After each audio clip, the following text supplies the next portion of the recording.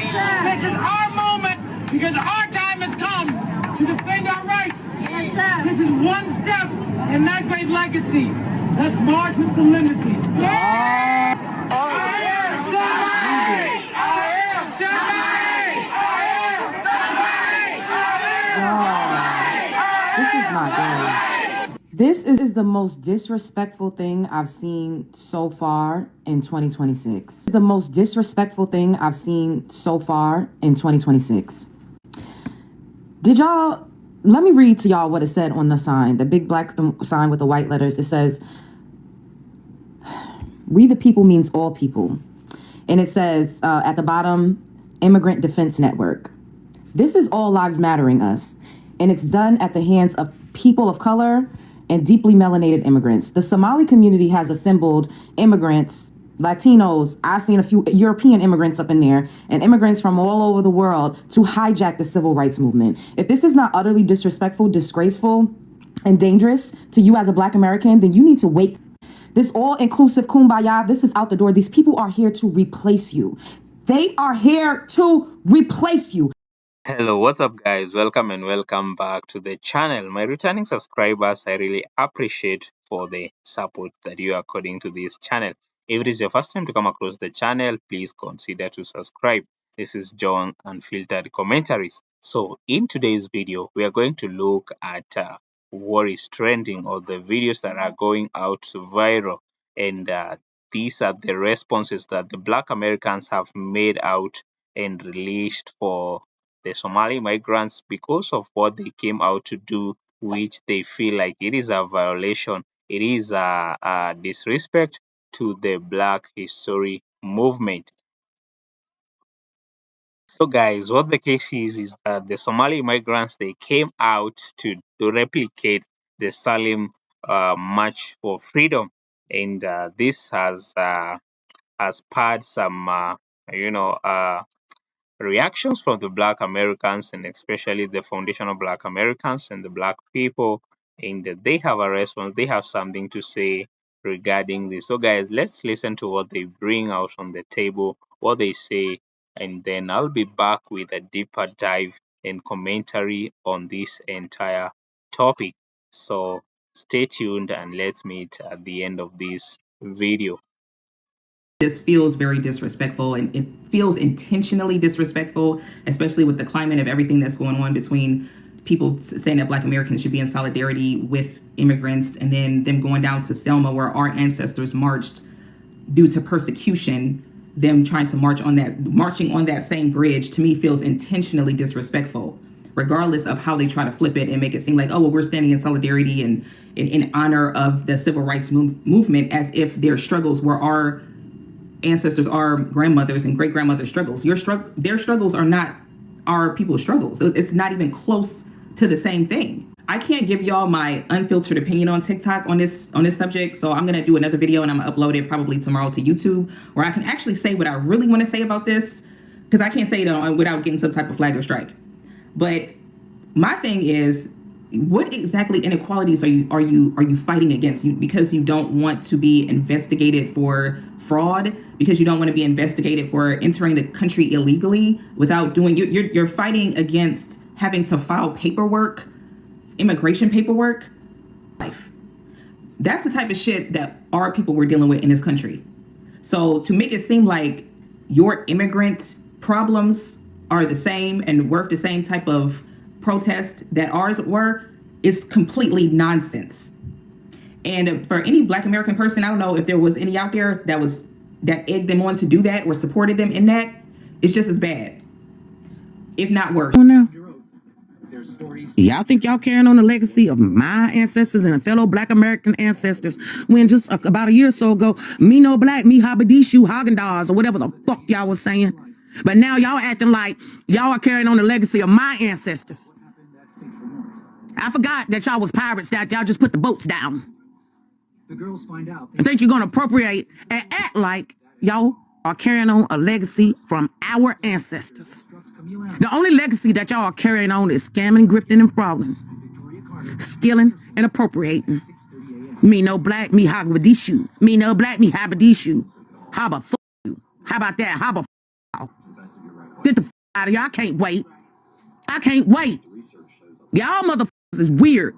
All y'all motherfuckers from that continent over there is weird, including everybody. Y'all weird. Out of here with your bullshit. Acting like y'all Somali pirates and white Europeans from another country coming in here tried to steal FBA history that we fought for. And now they're coming here to talk about it's their time now to use the Civil Rights Act.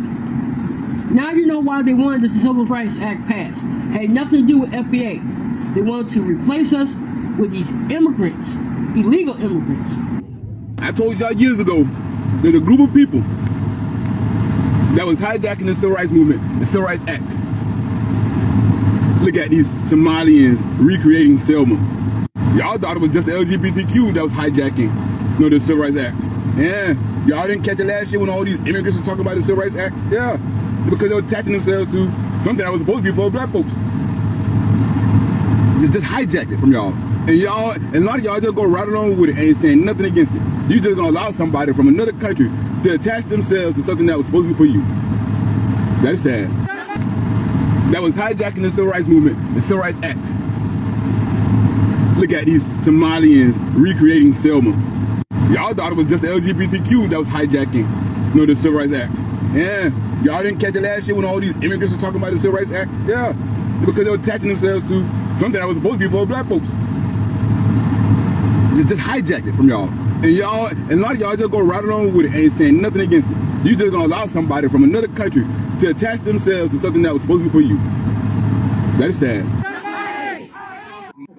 Regurgitate the white supremacist notions and rhetoric that black Americans are criminals, black Americans are baby mamas and baby daddies, we're culturalists, like I was talking about yesterday. You don't have any mutual respect for us, but then you want to take a page out of our book and use our ethnic legacy, our ancestors' legacy, to garner attention and sympathy for the problems that you're going through in this country as an illegal immigrant.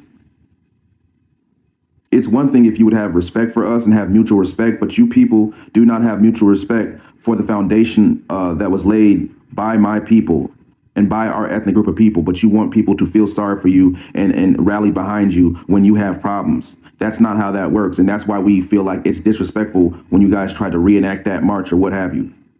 That's very, very disrespectful what y'all are doing.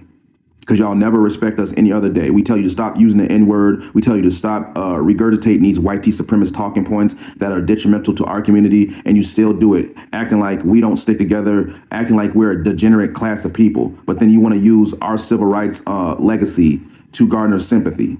That's Welcome back, ladies and gentlemen. So the streets are filled with voices, and not all of them that are in harmony. For many Black Americans, the Salem Walk for Freedom and Justice is not just a march. It is a history carried in footsteps, and it echoes generations of struggle from the civil rights battle to modern-day calls for accountability. So when Somali migrants groups organize a similar walk using the same symbols, chants, and visual language, it did not land as simple solidarity. And to some, it felt like something deeper was being taken. There is a growing sense of unease, an unspoken question rising beneath the surface, and who owns the narrative of struggle? And for critics, this wasn't just inspiration, it was imitation without acknowledgement. They argued that the walk represents a uniquely Black American experience rooted in slavery, segregation, and systemic inequalities, and cannot simply be replicated without honoring that context. And in their eyes, many Black Americans are saying that copying the format risks diluting its meaning and turning something sacred into something interchangeable. Another look of things is that the tension does not stop there. Some voices express frustration that recognition and visibility already had won and are now being shared in ways that feel uneven. We built the platform. This is the argument that most FBAs have. Others are stepping onto it without understanding the cost, and therefore there is a fear that the original message may get lost, overshadowed, or reinterpreted. And yet, across the divide, another perspective emerges. Somali organizers and supporters see their actions not as copying, but as connection. They point to shared experiences of marginalization, displacement, and discrimination. And for them, adopting the former is a way of aligning with a broader fight for justice, which is a visual language that signals unity rather than appropriation. And so, guys, what unfolded is not just a disagreement, but a coalition of histories. And one side sees preservation, the other sees participation. And one sees appropriation, the other sees solidarity. The real tension lies in the space between those interpretations, and at its core, the moment reveals something deeper about modern movements. In a globalized world, symbols travel fast, but meaning does not always follow at the same speed. And what feels like unity to one group can feel like erasure to another. And perhaps the most important question is not who is right, but whether there is room for dialogue before division hardens. And guys, because history has shown one thing clearly, movements fracture when voices stop listening. So guys, do let me know what you think about this thoughts by majority of the black content creators that have come out to say that Somali immigrants are trying to reinvent the Salem work for freedom and cry for justice, which is they are seeing it not as an ideal thing for them to do at the moment, and considering that most of the Somalis are being pursued because they have been found guilty of some crimes, and this came in after the exposition that was done by Nick Shirley about the empty daycares. So guys, do let me know what you think about all this, and we shall meet again in the next episode. Also, we have we have some interesting videos in the past that you can check out and enjoy as well. Once again, my name is John, and this is my unfiltered commentaries.